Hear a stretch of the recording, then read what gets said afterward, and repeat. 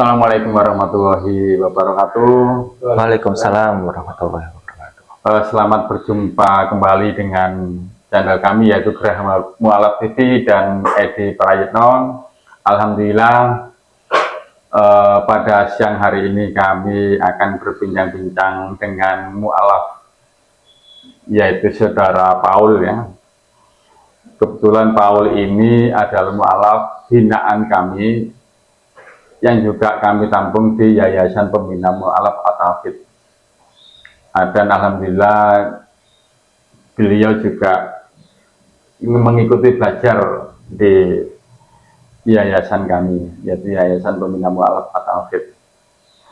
Nah, ini mungkin selama ini Mas Paul ada keraguan atau gimana selama beliau yang dulu non-muslim sehingga sekarang menjadi muslim, barangkali ada keraguan-keraguan ini akan dijawab dan dijelaskan oleh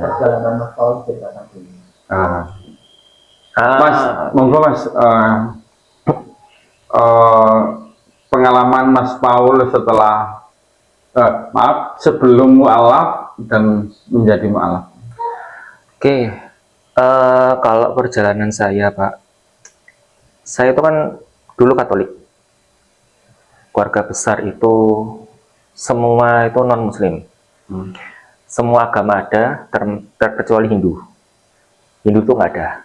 Buddha ada, Konghucu ada, Kristen, Katolik itu ada. Islam itu ada. Di keluarga saya nggak ada. Kebetulan keluarga kecil saya itu mama, jadi itu saya 2 bersaudara, mama, Cece, sama saya itu Katolik. Mama dulu agama Buddha, terus ngikut ke agama Katolik pindah. Kalau dibilang apakah mama itu seorang yang taat, ya karena mama itu kan ya namanya manusia pasti percaya adanya Tuhan. Begitu pindah, meyakini, akhirnya ngikut. Jadi benar-benar kayak seorang anak kecil yang baru lahir, dikasih ilmu, dan langsung percaya. Itu mama. Begitupun juga dengan saya. Saya tuh dulu tuh ngikut apa yang dikatakan orang tua, apa yang dikatakan sama guru agama, apa yang dikatakan sama romo, saya ikut. Seperti itu. Tapi perlahan-lahan itu berubah, keyakinan itu berubah karena kalau saya ini tipikal orang yang menggunakan logika. Kalau saya menggunakan logika, jadi pada saat itu SMP itu saya mulai ikut guru les matematika. Di situ dijelaskan kenapa sih kejadian yang dulu Indonesia yang dulu itu kok sampai orang Chinese. Jadi saya tuh mualafnya itu karena pertentangan tradisi sebenarnya, pertentangan tradisi. Nah, di situ saya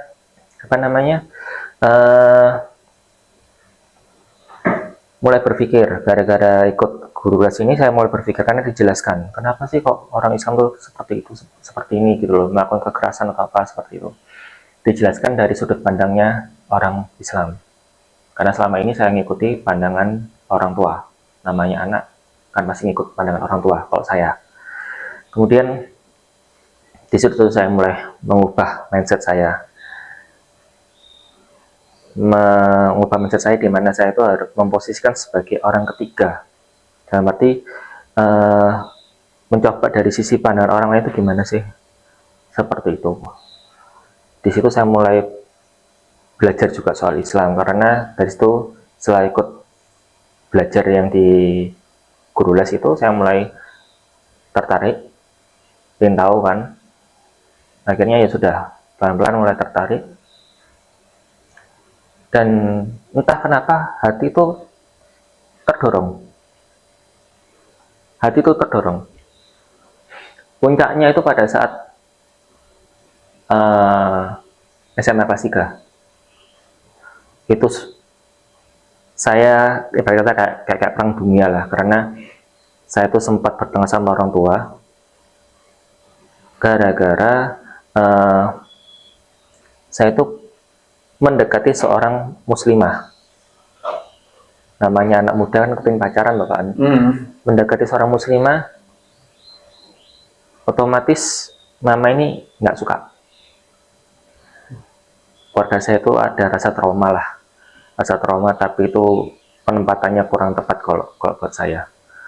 Rasa trauma, dan itu yang memicu saya nekat masuk Islam. Karena apa?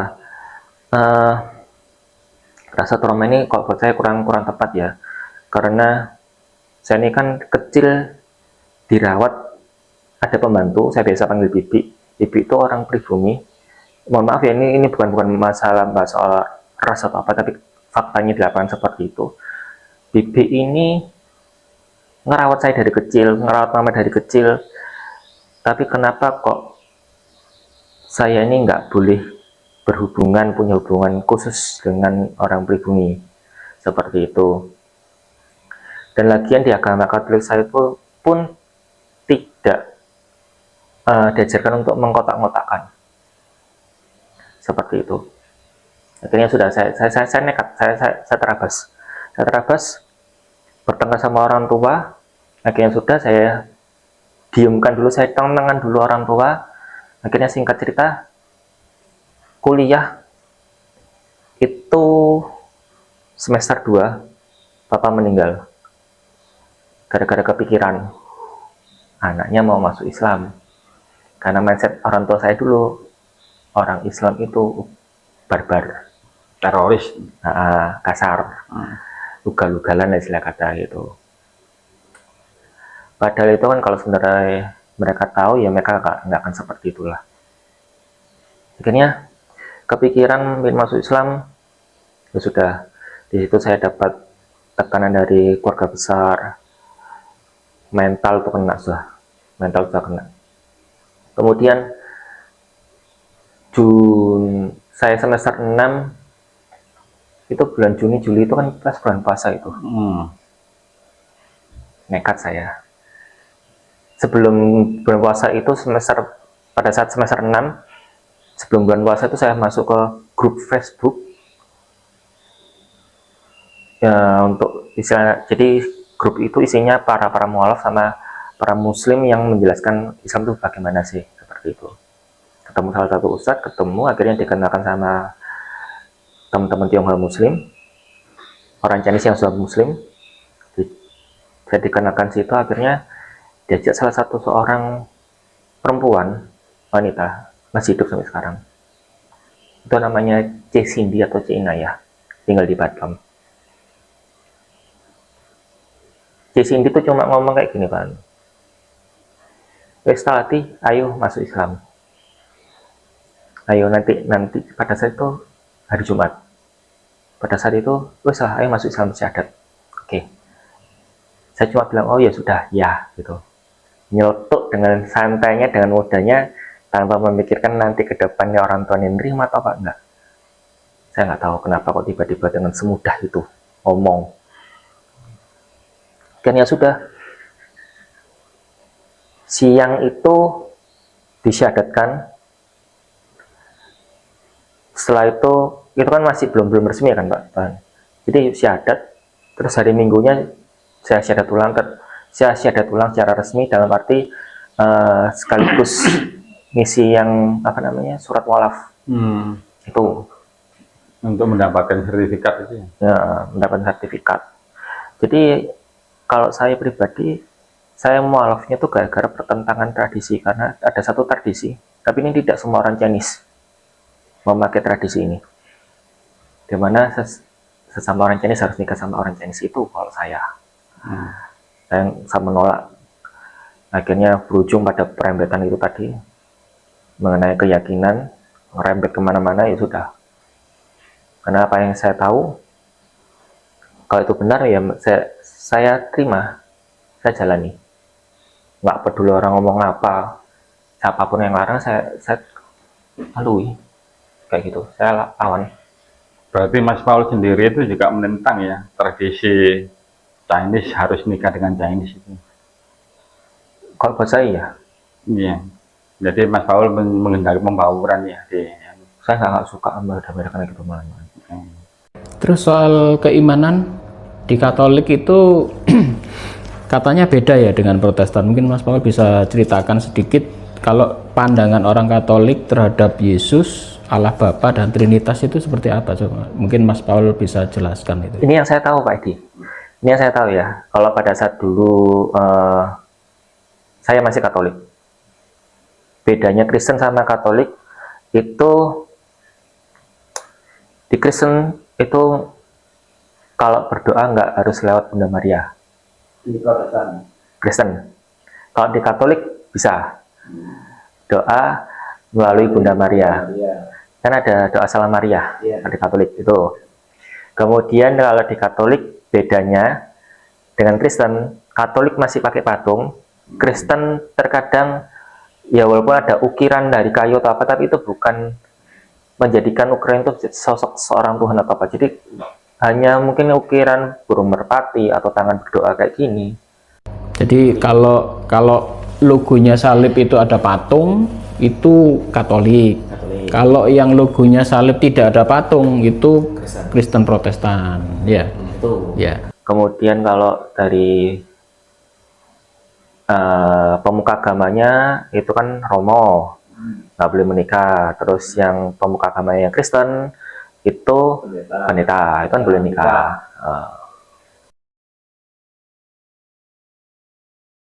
Itu Mas Paul masuk Islam, kemudian pandangan Mas Paul soal Yesus itu Tuhan atau tidak itu bagaimana ceritanya kok bisa percaya akhirnya masuk Islam itu? Pandangan saya mengenai Yesus itu Tuhan atau tidak itu sebenarnya gini Pak Edi, sama seperti yang tadi itu yang sempat tadi dibahas. Mindset saya kalau mengenai Yesus itu sama seperti kayak pulpen. Pulpen? Iya, iya. Ada yang seperti pulpen ya. Ceritakan Mas, pulpen menarik ini. Ngapunten Pak, pinjam. Kalau ngomong pulpen, ini kan pulpen. Ibarat kata kayak Tuhan. Mindset saya itu saya kalau berdasarkan apa yang diajarkan dulu, Yesus itu Tuhan, Yesus itu ya anak Tuhan, dan Yesus itu Roh Kudus. Dalam arti satu ini bisa pecah menjadi beberapa bagian. Ada yang dari tutup, ada yang jadi isi pulpennya, tapi satu kesatuan. Ada tintanya. Ya sama seperti kayak apa ya, buat saya itu kayak film-film animasi yang sekarang loh Pak Edi. Kayak sosok-sosok apa ya, animasi anak-anak lah. Kalau buat saya itu dulu tuh seperti itu. Jujur, apa yang diajarkan membuat saya berpikir seperti itu. Jadi kalau buat saya Yesus itu Tuhan, ya kalau dulu. Tapi di sisi lain Yesus itu bisa menjadi anak Tuhan, ya, bisa menjadi Roh Kudus, ya. Anak domba juga. Jelas. Ada tisu Mas, buat Mas Paul. Aslinya gak ada malah, kamu inget. Tapi saya nggak tahu ya Pak Edi ya, apakah sesama saya yang dulu yang dari Katolik atau Kristen itu sama memiliki pandangan seperti itu atau enggak, saya nggak tahu. Terus kok bisa bimbang Yesus itu bukan Tuhan, akhirnya milih Islam itu dari mana Mas? Ya. Jadi gini Pak Edi, kalau buat saya pribadi, saya itu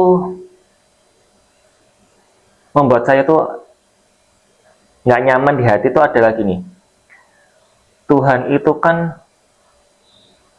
yang maha kuasa. Tuhan tuh maha kuasa. Dia tuh tahu makhluk ciptaannya ini kelemahannya di mana. Tidak mungkin sang pencipta itu akan membuat makhluk ciptaannya itu terjerumus ke jalan yang salah kalau buat saya pribadi. Amit. Manusia itu kan punya kelemahan toh Pak. Manusia itu punya kelemahan, dalam arti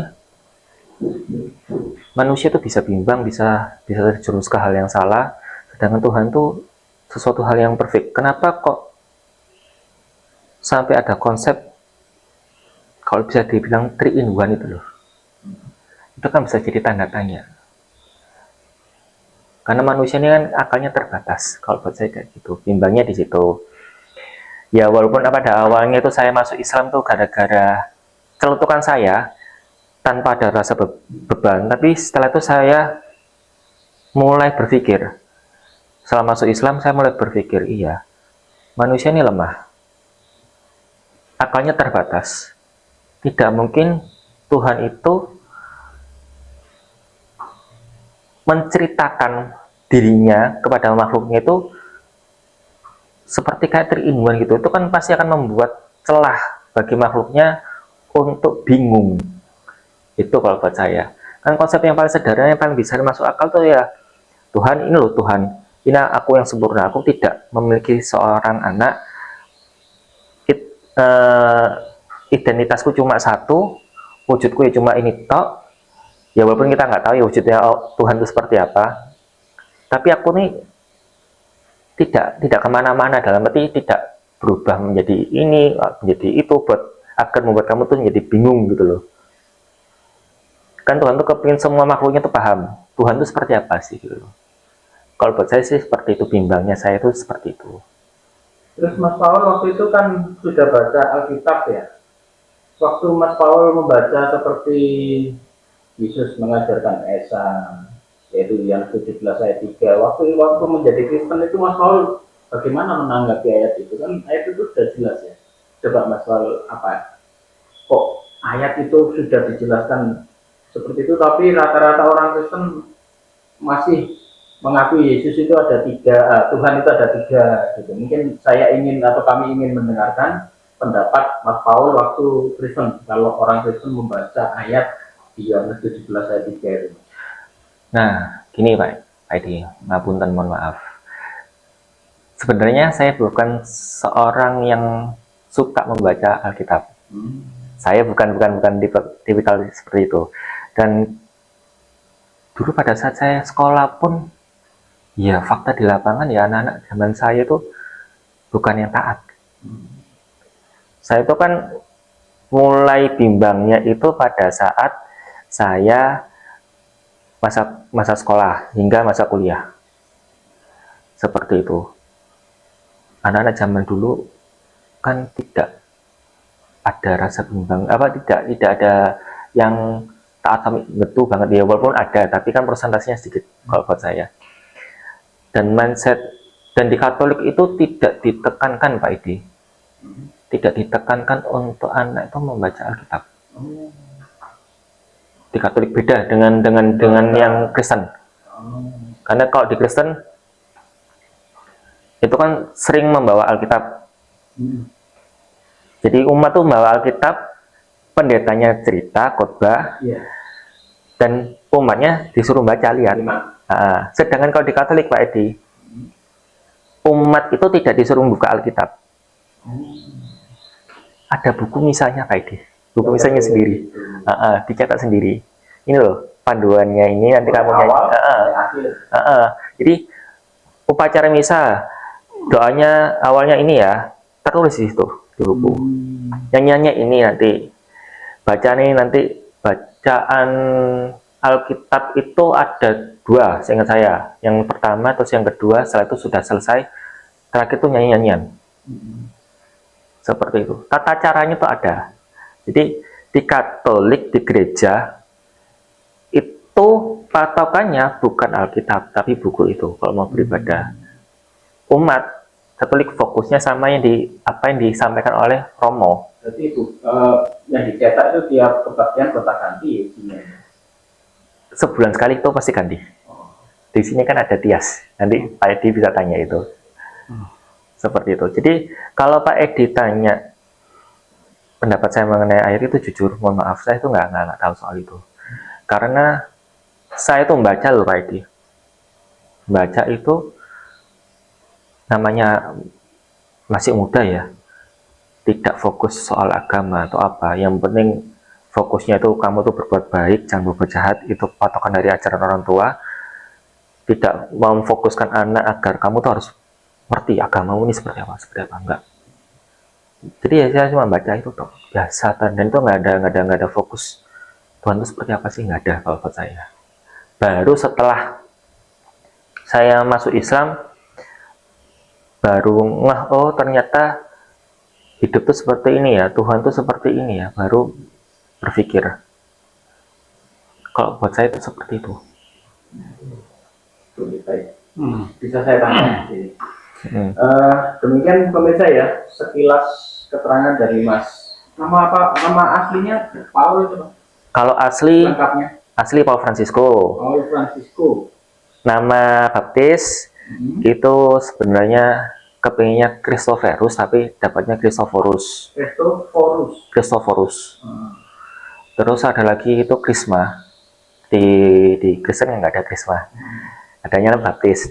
Kalau di kartu ada Krisma. Tapi saya belum sampai, nggak tahu qadarullah. Saya tuh kalau suruh baptis Pak Edi, itu kan ada pembinaan. Ada pembinaan 3 bulan ya kalau salah. Di kartu itu 3 bulan. Itu mesti nggak lulus saya. Baru ke 9 kalau nggak salah. Jadi kalau nggak lulus mulai lagi. Ngulang Pak Edi dari awal. Nggak boleh ngajutin itu, nggak boleh. Jadi ngulang lagi. Bukan, baptisan ada kayak gitu. Baptis kayak gitu di tempatku loh ya, aturan gerejamu. Di Protestan. Nah, mama tuh sudah nyiapin nama Krisma. Krismanya tuh Michael. Nama Krisma, tapi saya tuh nggak lulus di Krisma juga. Nggak ngikut, males, nggak tahu kenapa rasanya. Baik. Mungkin Pak An bisa tanya lagi? Jadi keterangan Mas Paul ini menarik ya. Ternyata dari orang-orang Kristen Katolik selama ibadahnya tidak banyak mengkaji Alkitab secara mendalam. Kenapa? Karena Mas Paul tadi berbicara mereka hanya saat ibadah itu sudah disiapkan apa istilahnya, retret apa? Sebutannya itu apa ya, bahasa saya itu.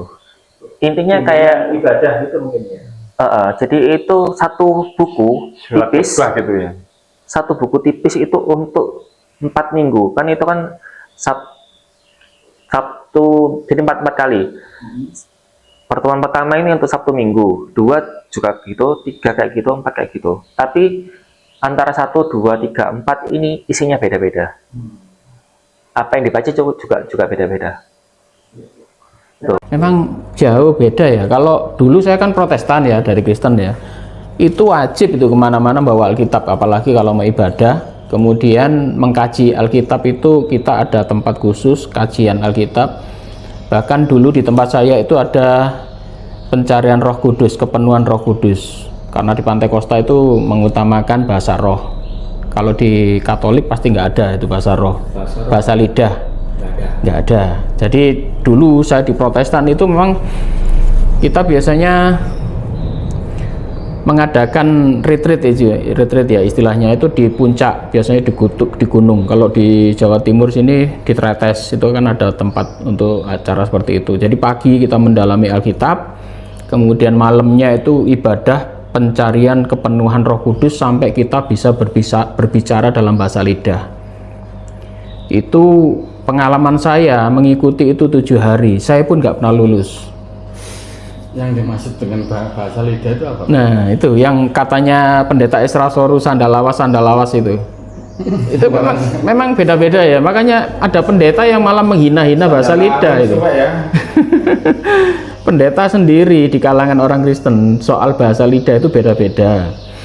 Seperti contohnya kelompoknya Esrasoru itu mereka nggak percaya dengan bahasa lidah.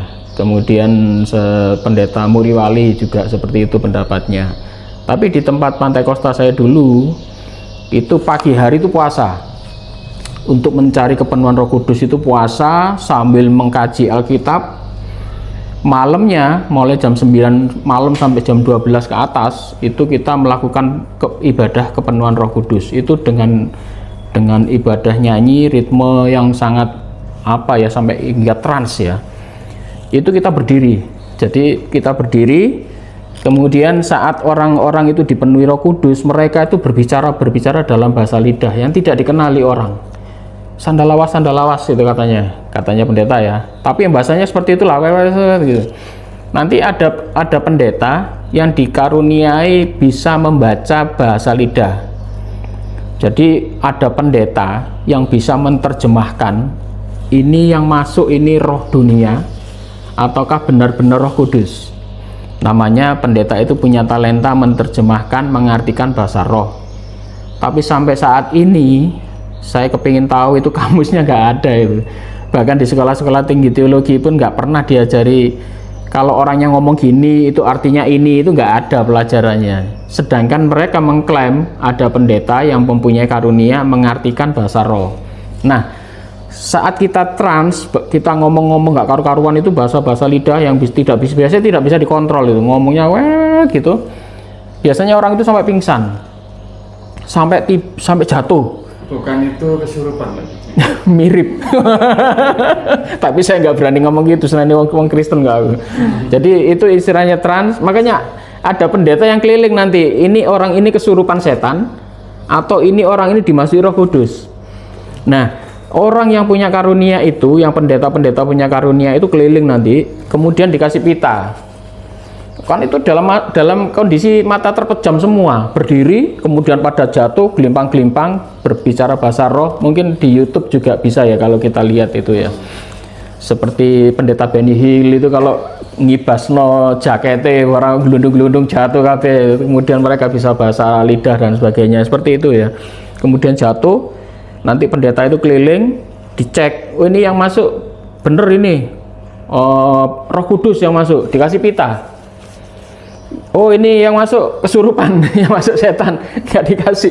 Itu pernah kejadian, sampai pagi ada yang kesurupan. Laki-laki itu, bahkan sampai dibawa ke rumah sakit nggak bisa sembuh-sembuh, yang masuk setan. Jadi kesurupan nggak karu-karuan. Iya, sampai dibawa ke rumah sakit itu. Saya pernah kejadian itu.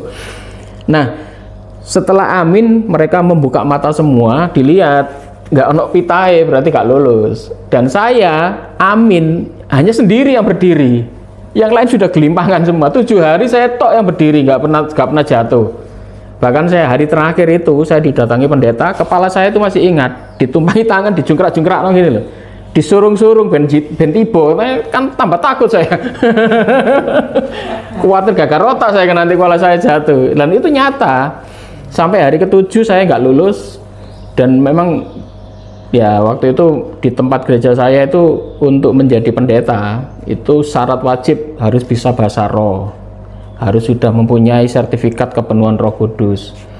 Akhirnya sampai akhir pun saya nggak lulus. Itu saya ikut tuh sampai 3 kali loh mas, nggak 1 kali tok itu. Jadi kalau saya sering ya dialog dengan orang-orang Kristen soal bahasa roh, itu jawabannya beda-beda. Denom satu dengan denom yang lain itu nggak sama soal pemahaman Roh Kudus itu. Itu kan ceritanya waktu Yesus sudah bangkit, mereka murid-murid itu kan berkumpul, dan di situ turun lidah-lidah api masuk ke dalam di atas kepala-kepala mereka, kemudian mereka bisa berbicara kan. Tapi kalau kita melihat Alkitab, mereka itu berbicara dalam bahasa asing. Jadi contohnya di situ kan disebutkan itu ada orang Arab, ada orang dari mana-mana kan. Tiba-tiba para murid itu bisa berbicara dalam bahasa lain. Orang Arab di sana bisa lihat, loh ini orang-orang Yahudi kok bisa ngomong bahasa Arab. Kok mungkin orang Jepang, loh ini kok tiba-tiba bisa bahasa Jepang. Mungkin orang Yahudi. Yang Cina bisa bahasa Cina. Mungkin orang Yahudi kesurupan Cina Arab mungkin. Mungkin. Tapi yang jelas kejadian itu hanya 1 kali dialami oleh murid-murid itu. Dan tidak pernah terjadi lagi setelah saat ini, apalagi setelah Yesus tidak ada. Bahkan para pendiri gereja-gereja awal pun tidak pernah menceritakan bahwa lidah-lidah api itu pernah mengindapi para jemaat lagi, dan jemaatnya tiba-tiba bisa berbicara dalam bahasa roh, yaitu berbicara dalam bahasa lain. Itulah sebabnya pendeta-pendeta itu sampai sekarang terpecah menjadi 2. Ada yang mengatakan waktu mereka kepenuhan Roh Kudus itu sebetulnya yang diucapkan adalah bahasa-bahasa yang dimengerti orang lain. seperti tiba-tiba bisa bahasa Cina, bahasa Arab, bahasa Persia dan sebagainya.